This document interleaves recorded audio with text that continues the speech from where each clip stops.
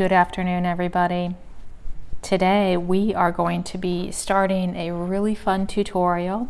We are going to make a beautiful lotus blossom pendant, and we are going to be using the most delicate and beautiful shades of pink. You are going to be amazed and astounded at how lovely these pinks are. So without further ado, let's get started. The first part of this tutorial, we're probably going to really focus on just making the base. And I've made a nice selection of beautiful pinks that I know and love very well, and I'm going to be sharing them with you.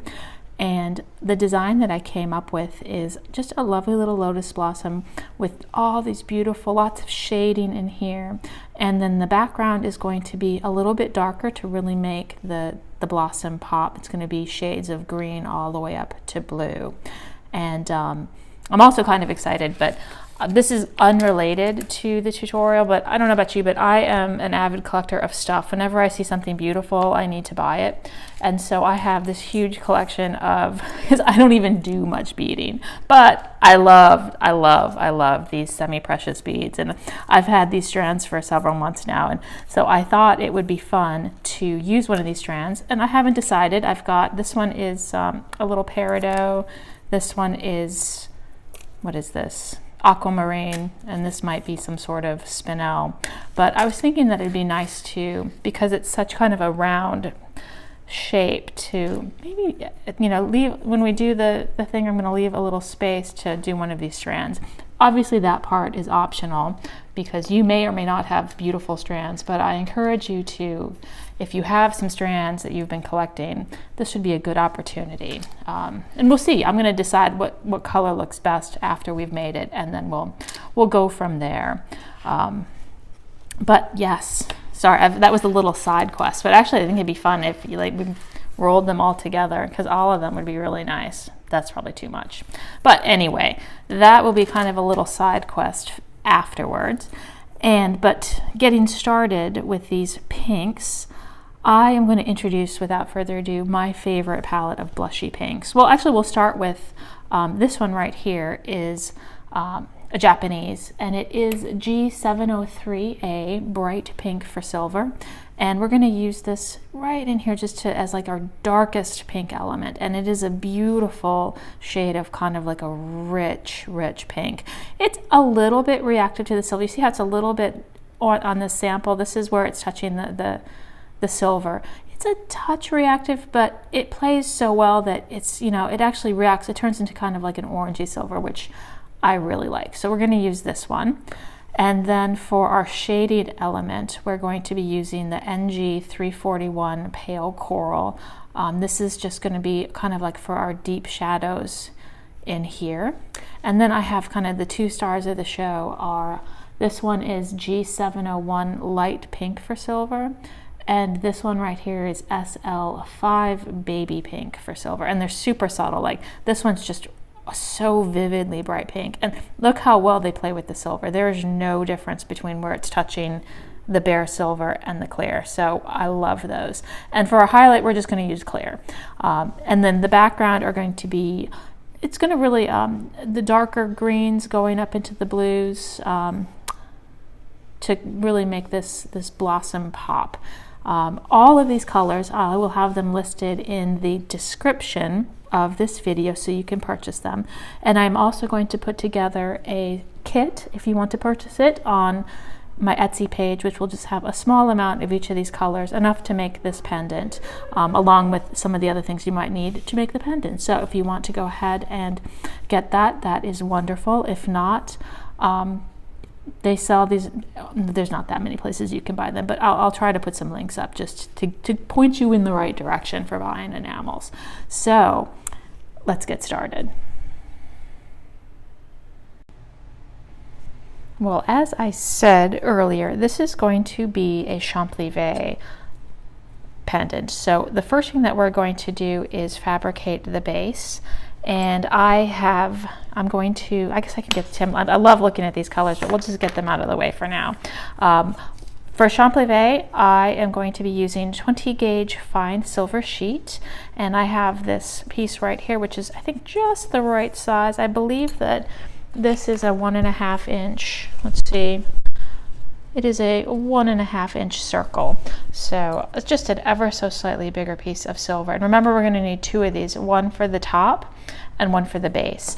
And because I have a circle punch, you know how much I'm in love with my circle punch, I am going to give myself permission to punch out this interior circle, and then we'll saw out these tiny little divots. And if you don't have a circle punch, do not despair. You can just saw the whole thing out. You just have to be nice and careful to make it nice and round. Trust me, I've sawed out my share of circles. I feel like I'm going to use the circle punch. And so I've got 2, one for the inside, which I'm going to do first, and then I'm going to punch out the outside second. So let's go ahead. I'm going to have to move to the floor because I tend to, it makes a big clanging noise. So I'm going to relocate to the floor, and let's go ahead and punch out those circles. Oh, but you know what we should do first is attach this template to my silver, which we can do that right here. So I've got a little piece of paper. I like to use a rubber cement for attaching this, and what I'm going to do is flip that over. You can see I printed out a lot of these designs. I did this in Illustrator, which is my favorite go-to program for laying things out, so I have a whole bunch of these. Anyway, so let me get this out of the way. A little bit of this rubber cement will go a long way. And if we were just punching out a circle, you may not need to do this, but because we're going to have to cut out those little extra little bits which make it special, we are going to go ahead, and I'm going to go ahead and add a little, see how thin I'm going? A little bit of this rubber cement on the paper and the piece of silver. And then I'm going to stick it on, and I'm going to have to hold it up to the light because I need to make sure that I'm not too over the edge here. So there we go. There we go. I think that's going to be just fine. Yeah, I might actually do a slightly bigger piece because when I punch this out, it's not a whole lot of clearance, but you know what? Good enough. Good enough. I think that's going to be nice. And then I think the last thing I'm going to do, I just kind of like to trim the edges, just so I kind of know. I want to make sure, you know, that I didn't put it in the wrong spot. So remember, 20 gauge fine silver sheet, slightly bigger. This is a little bit, this isn't that much clearance. You might want a slightly bigger one depending on how you punch or saw.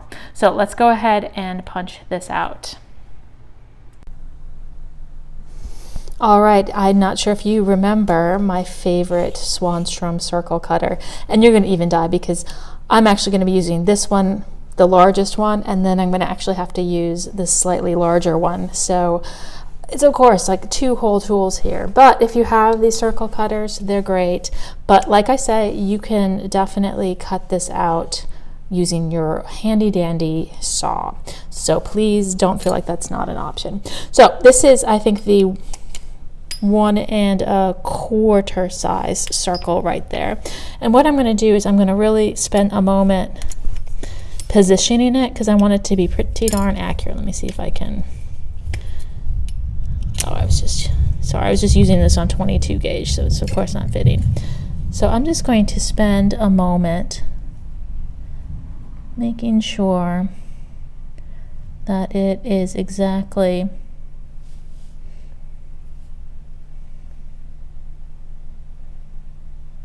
right. Sorry, I know it's like very exciting to watch. I'm gonna say, oops, that is good. All right, so, and I've got this, and it's kind of my larger one, so I do like to put a little bit, for the larger ones especially, just a little bit of wax right on there. Just, it'll keep things from binding. And you know what else I forgot was a piece of silver right there. I'm going to open it up because if there's, with these larger ones, it's nice to not, it'll bind, you don't want it to bind. So putting a little piece of 20 gauge silver there to offset, and everything seems good. So let's go ahead, jam that in there. You ready?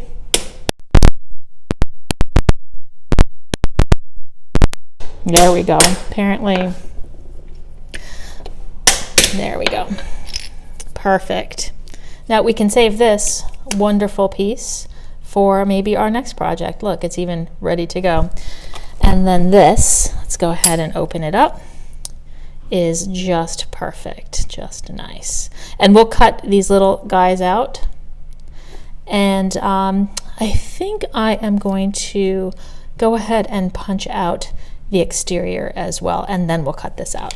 But you could actually cut this out and then punch it out or saw it out as you so wanted to. So, because while I'm on the floor, I might as well do, look, I have in this top because I always do it backwards. And this has two sizes here. We're going to be using this slightly smaller, which is, I think, 1.5. So we're going to eyeball that. I know, precision here.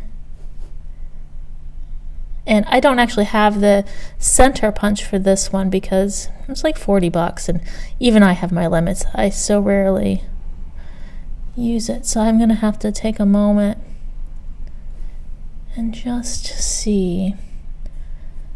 I think that's gonna be good. All right, shall we do it? I know, it's so exciting. Oops, wrong size. It's this big one. Definitely gonna use a little of the wax. All right, I might have to give myself a little bit more space here. There we go. Let's do it. There we go. Let's see how we did. Woo, nice, nice, nice. All right, so the next thing that we're gonna do is we're gonna get our little saw out and saw out these 3 little notches, and then we will be ready to fuse. But let's save that. Look, there we have that as well. All right. I guess it's been nice on the floor. Here, look, you can see outside. It's raining. There's the outside of Raleigh right there. Anyway, we will be right back. I'll meet you at the bench. All right, the last thing we're gonna do before we fuse this base is I'm going to cut out these 3 little tiny notches, which will be kind of the indentations of our piece. And I'm going to be using a regular jewelry saw with a 4-0 blade. It doesn't have to be 4-0, but remember, because we're doing it from the inside, we kind of need to thread this through. Let me see if I can do it. You're probably not gonna see it here. And tighten it just like that. Oh yeah, there's nothing to see. I'm tightening it off camera. Anyway, so I've got this like this. I'm gonna make sure it's nice and tight.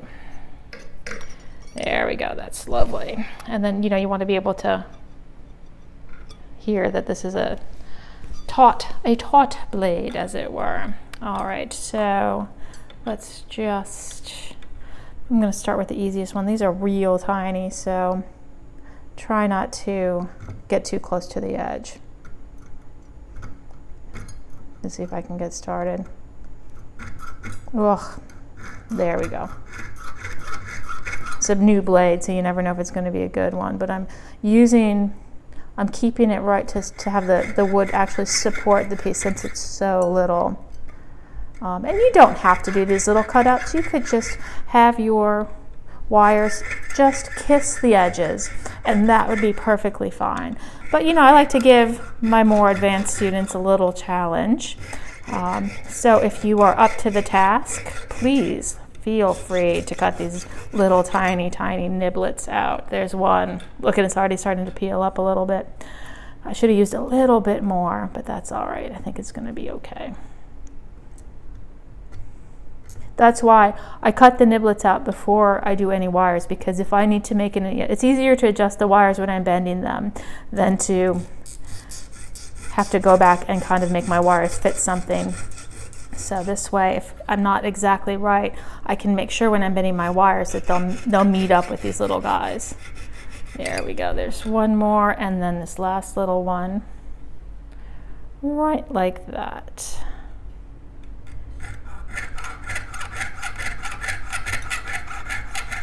It's these little details that really make a piece special. So And don't forget, if you don't have your circle cutter, you would drill a hole and then you would just be sawing, super nice, super neat. That would be a nice challenge in and of itself, to saw out a perfect circle. You will be, if you practice that, you'll be an expert sawer in no time. Anyway, so we've done that, so I can take it off, and we are going to get another piece of silver and fuse this little guy. Now we are ready to fuse our base together, and I have gotten another piece of 20 gauge fine silver sheet, and you can see that it is just ever so much bigger. I like to have it not be right up at the edge, because when we're fusing this together, if the flame kind of comes up and melts this edge a little bit, it's not going to damage your piece. But the first thing that we're going to do, because there's one mistake that I make it more often than I care to admit to. There is definitely a top. You can see I've kept the piece of paper on this for a good reason, because once the paper has been removed, I can never remember what the top and the bottom is. So the first thing that I'm going to do is I'm going to take the paper off. Let's see if I can get it off without messing it up. Taking off the paper. And I'm going to go ahead, because this is, you think it would be a 50-50 chance of getting it wrong. I guarantee you it is a 100%. I don't even know how that logic goes, but I'm going to mark this with a dot, because that is the front, because I want to do it this way and not backwards. I mean, it would just be that the flower would be going the other way, but because I did my design like this, I want to make sure that it's going to be just fine. Oh, you can see, there you go. Look how pretty that's going to be.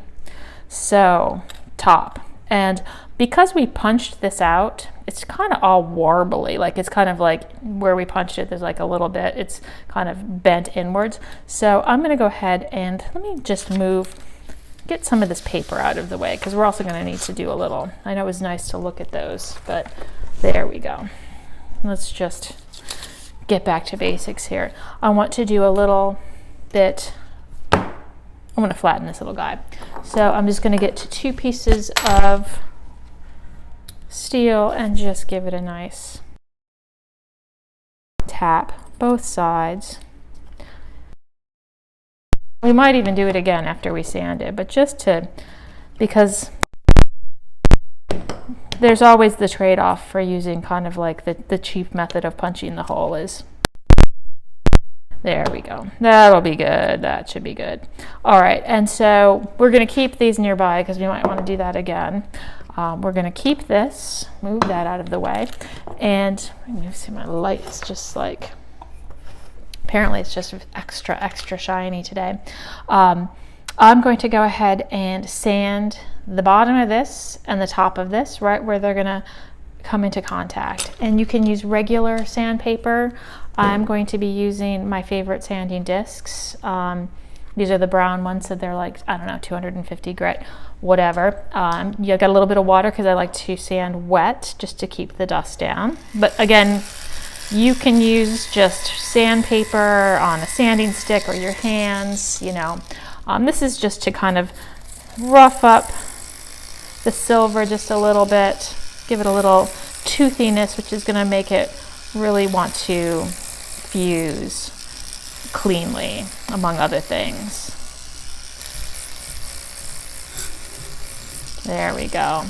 I'm not going to stress out too much. That looks good. And then I'm going to do the exact same thing on, remember, the back, not the side we put our dot on.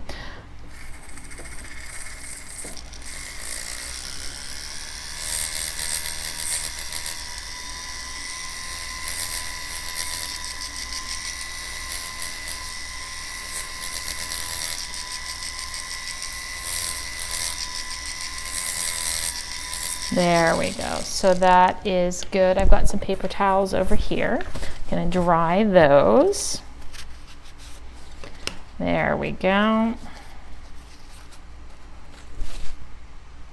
And the next thing that I'm going to do is I'm going to, because you know this could be kind of dirty, I've just got me some isopropyl alcohol, and I'm going to just use like a rag instead of paper towels, because paper towels kind of tend to shred on this because we've just kind of roughed it up.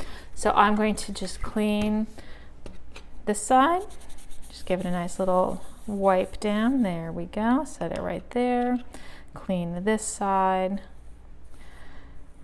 There we go. And they are ready. And I can see that I just want to flatten. See, it's a little bit like that. Let's go ahead and flatten it a little bit more. Get my fingerprints all over it. That's very smart.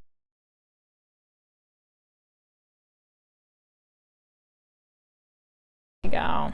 That's feeling better. All right, so I've got my top, scooch over, top and my bottom.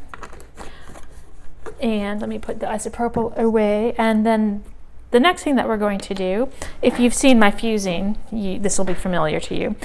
We are going to be using some fusing liquid, and I make my own. This is kind of a little old, it's gotten a little crystallized, but it'll be just fine.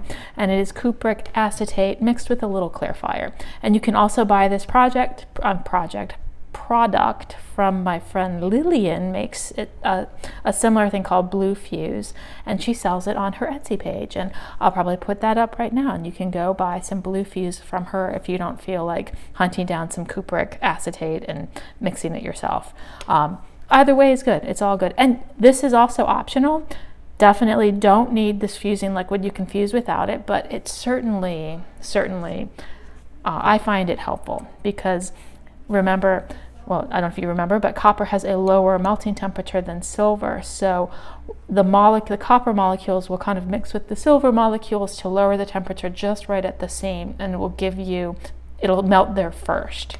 So you'll have less of an opportunity for catastrophic failure, as it were. So anyway, I've got a little bit of this, and I'm just going to, neatness counts.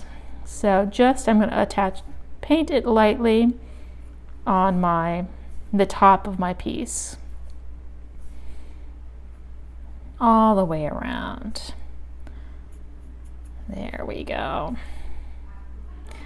That is good, and just like that, get those little things. I'm just going to be real careful. Oops, not like that. And just carefully position it, trying not to scooch it too much. There we go. That is good. And I'm going to let this dry for, put it under, the warm lamp for about 10 or 15 minutes, because I don't want any moisture from the clarifier to evaporate and maybe move the base when we're trying to heat it up. So I like to just let this dry. So we're going to do that, and then I will meet you in front of the torch momentarily. All right, now we are going to fuse the top to the base. I haven't done this in like a couple weeks, actually a couple days, so we'll see how I do. I've got an acetylene torch, and you can see I have it set on a tripod because I'm going to be heating the piece from beneath, and hopefully it's dry enough. We'll find out. There we go. And I kind of like a nice big, hear that sound? And what I'm going to do is I've got, actually, I don't normally use this tripod. There we go. There we go. Just didn't want to be knocking the tripod. Oh, there was a little bit of moisture, but that's fine. And I'm keeping I'm keeping the torch moving because I want to heat the piece up fairly evenly. And it's a big piece, it might take a while. So let's just get comfortable here. But you can see that if there's any of the copper solution, it's going to turn black and then burn away.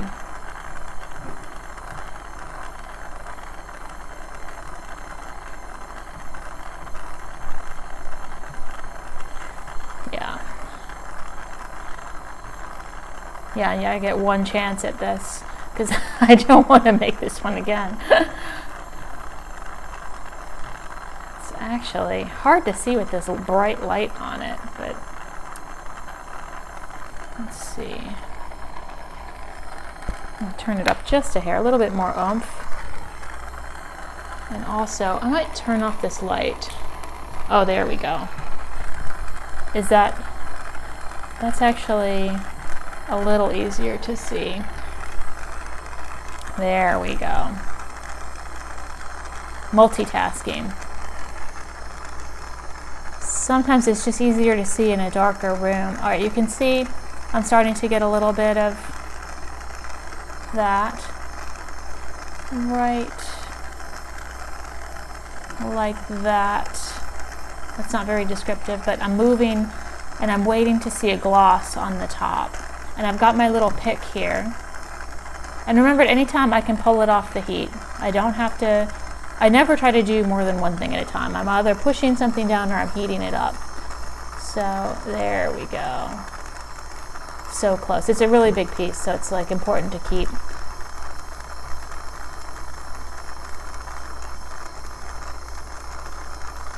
There we go, right there, see right there? And I'm just going to, I think it's tacked down a little bit. So I'm gonna pull it off and make sure it's nice and pressed down, just like that. And it's cooled down, so I'm gonna come back and just keep at it. It doesn't have to happen in one fell swoop.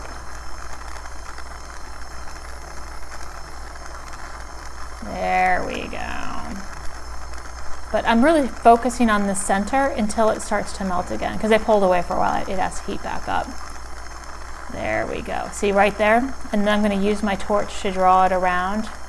And I'm keeping my torch moving, because if you pause, things can go wrong. There, I'm going to go around one more time, because just to make sure. There we go.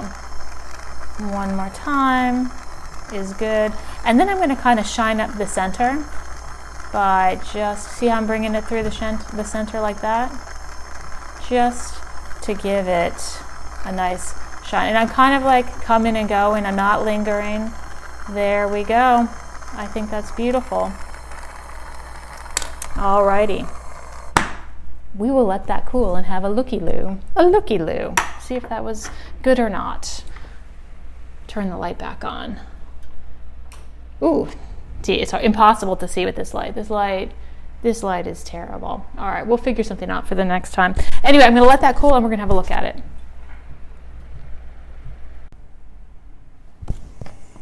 All right, this is looking just fine. I can see that there are no little dark gaps under here, so it's nice and fused. It's shiny. I'm probably going to actually sand that because it's a little uneven, and I want to have like a really smooth top, but we'll sand that afterwards. The back looks good, but you can see like a little bit. That's why we leave a little extra right here. And so because it's a circle, I can use my shears to cut it out. So, and these are just regular craft store shears, Fiskars. They're not specifically for silver, but they work just fine. So I'm just going to ever so carefully cut this out. It's satisfying because it's so soft.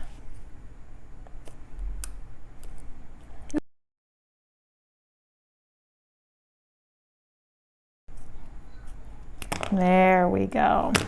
Beautiful. We have our base. Well, it's not totally done, but this is a lovely piece of scrap that you can make into something else, maybe a lovely ring. Beautiful. We'll set that aside. And the next thing that we're going to do is we're going to do a little bit of finishing on this edge. We're going to sand the back, we're going to dome it, and we're going to add this lovely bail. So without further ado, let's do that. The only thing I'm going to say about this bail is I did make sure I've kind of like widened it because I know I'm going to want to put one of these, oops, strands through it. So if you know you're going to want to do something thick, think of it sooner rather than later. Because trust me, I've made that mistake like a million times. You're like, oh, I want to use this huge strand of something, and then you make the tiniest little bail, and you're like, well, that worked out. So let's go ahead and I'm going to sand this edge first, and then we'll sand this, and then we'll dome it. I know, it's like coming up next. Yes, I'm going to use my big grinder for this. I'm going to get the edges, and you can use files, you can use, literally there are like so many different options, but this is just going to be the fastest thing for me because I'm just in no mood to be fussing about. So, but yes, you can use just regular files to sand this edge, but I'm going to go ahead and use my little diamond wheel with some water. So let's do that.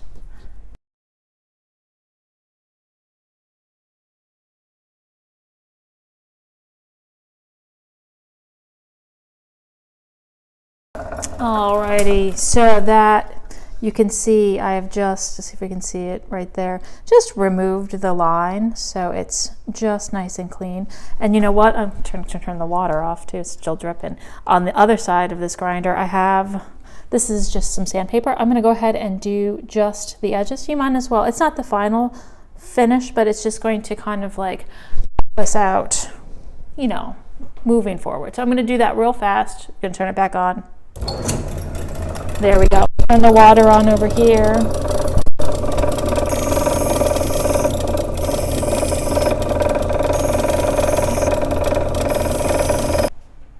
All right, look how nice that edge looks. It's not perfect, but it's pretty darn close. So I'm gonna go ahead and sand the back.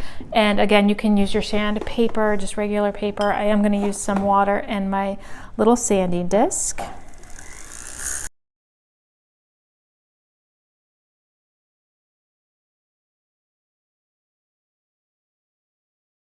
There we go. And now I am ready to, I'm going to go ahead and dome this before I solder this on, mostly just because when I dome this, I want it to get a really nice even dome. And although it'll be harder to solder this on if this is already domed, it'll be a better dome. So I'm going to make the executive decision to have a better dome and maybe a slightly more difficult soldering thing. But if you're really unsure about your soldering, go ahead and solder it on flat. It'll certainly be easier.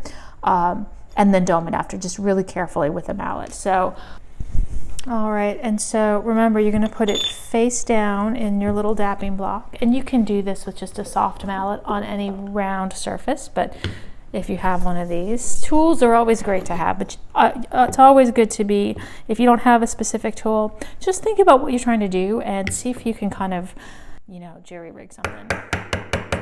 Especially when you're first starting out, you're not gonna have every single tool.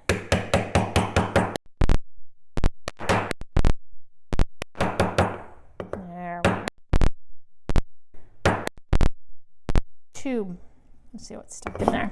Let's see if we can just jam it out. There we go.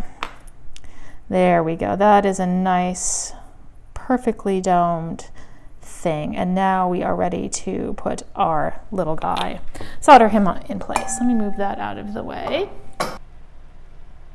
Are we ready to solder on this bale? I know I am. Anyway, I remember, because we're going to have to put this thing in the kiln, we're going to be using a eutectic solder, which is available where all your fine solders are available.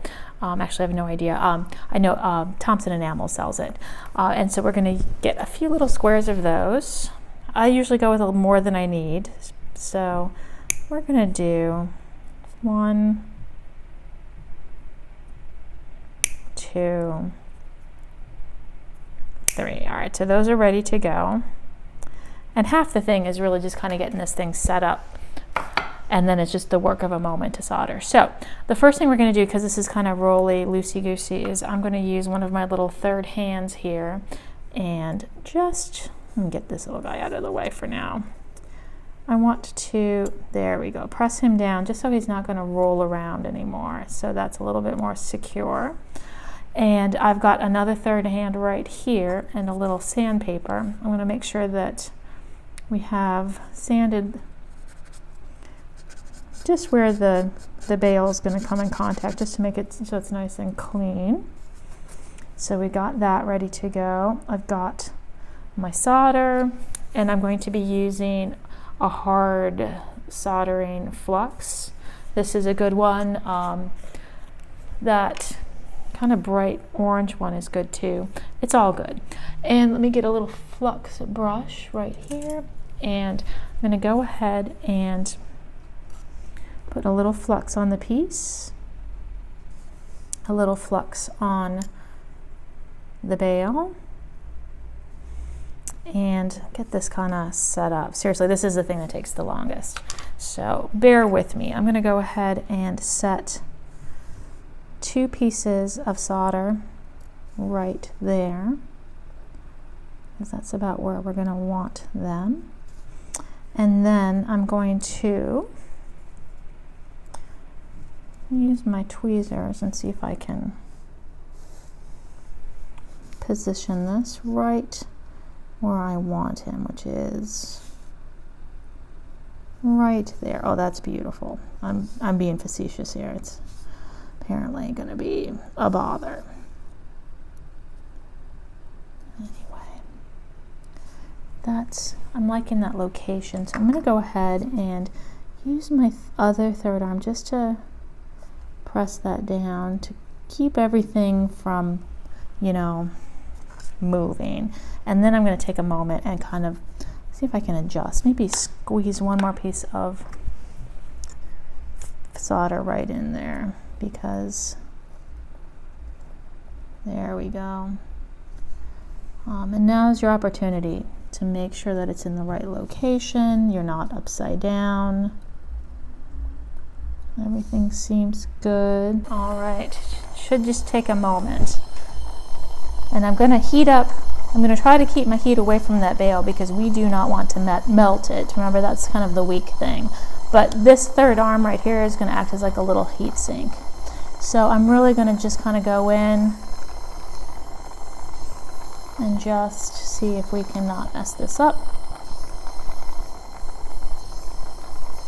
There we go. And I'm just kind of coming and going. I'm not lingering. Don't stay longer than you are welcome, because then things will go wrong. And I'm just kind of going back and forth. Oops, as I'm hitting that. There we go. We're almost there. Keeping my eye on that bale. So close. There we go, right there. You get the other side? Right there, done. Beautiful, beautiful. Whew, it always makes me a little nervous. Yay, yay, yay. I'm gonna give it a moment, you know, like 20 seconds, you know, as long as it takes for me to find my tweezers, which have gone away. And obviously I'm not gonna put these tweezers into the pickle, but I'm going to use, because look how shiny it is on this side still and how it looks over there. I'm going to go ahead and quench it in water. You can hear that. Ready? There it is. And then I'm going to drop it with my fingers because I can't seem to find my copper tongs. I'm just going to drop it into the pickle solution. There we go. And we're just going to let that pickle along for about, here it is over there. There's the pickle. Ooh, way over there. Here it is. Hey, pickle. Probably, you know, 2 or 3 minutes, just, you know, until it no longer looks black, and we'll clean it up and move on to the next step. All right, this just got out of the pickle and I've dried it, and it's nice and solidly down. And I'm definitely going to test, you know, to make sure that this will fit. This is your opportunity, and you can see that that will fit just beautifully at the end, so that will be good. And I wonder if the green one will fit. Green one seemed a little bit, the peridot seemed a little bit larger, so perfect. Oh, I love it. I love it. I think I always love peridot because, you know, my birthstone is the peridot, so the green is lovely, but we'll see, we'll see, we'll see. The last thing we're going to do before we kind of set this aside is we are going to clean up the end, and we're going to go ahead and add a little texture. We're going to clean this up. I'm not going to start the wires on this video, but I'm going to post it. So if you want to get started with your wires before the next one, that would be great. If not, we'll go step by step with wires in the next one. But I'm going to go ahead and just dip this, and see how this is like super white on this side. That's from the heating up.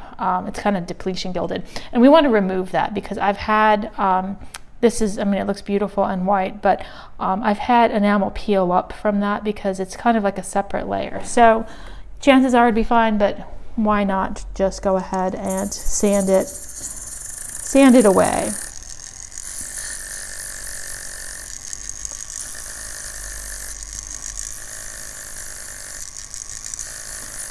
This is definitely going to be kind of more of an advanced level. It's not really advanced. To be honest, what is advanced? It just means you do a little more. A little bit more detail.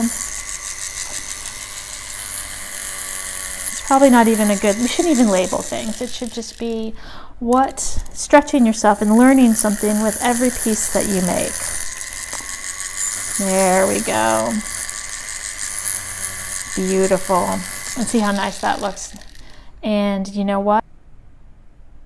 All right, and I thought it would be nice to do kind of just a nice kind of a ever so curved line texture over the whole thing. And I'm going to be using, this scribe, which is kind of my new favorite scribe.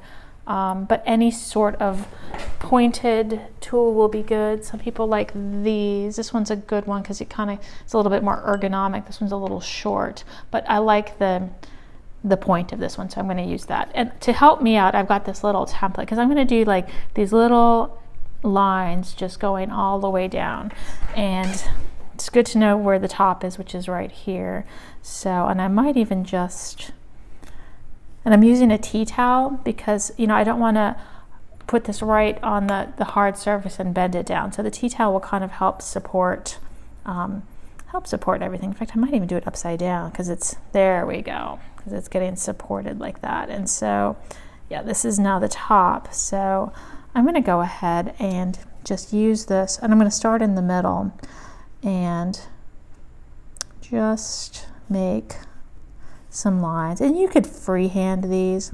I'm just being fussy. So just parallel lines that will just, they don't have to be perfect. In fact, you don't want them to be perfect. You want them to have a little personality. So yes, I'm just going to go do the whole thing. And even just, you can see already, it's kind of see how those lines just catch the light? That is, oh, was I using this one? I don't even remember. Aha, I think it was this one. I don't know. Whatever, we're going to use this one. Anyway, I'm going to do this.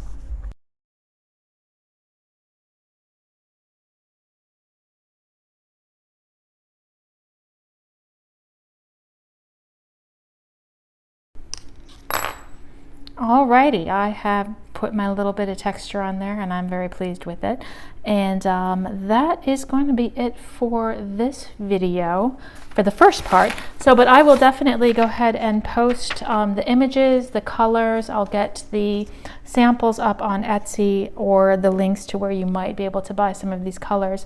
And if you want to get started on your wires, if you feel that you have those skills, I encourage you to go ahead and get started on your wires. But we will definitely do these wires together in the next video, and I promise we will eventually get to this pink. But you know, it's a process. So we're learning so many things, and the pinks are just going to be the icing on the cake for this. So it's been a pleasure as always, and I look forward to continuing this project with you guys. And have a wonderful Thanksgiving if that is where you live. I know that we will be doing some turkey of some sort.